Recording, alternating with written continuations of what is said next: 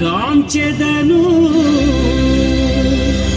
మకర జ్యోతిని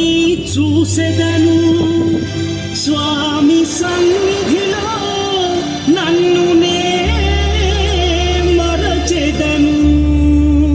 పళ్ళి కట్టు శబరిమలైకి కల్లుం ముల్లుం కాలికి మెత్తై స్వామియే అయ్యప్పో అయ్యప్పో స్వామియే పళ్ళి కట్టు శబరి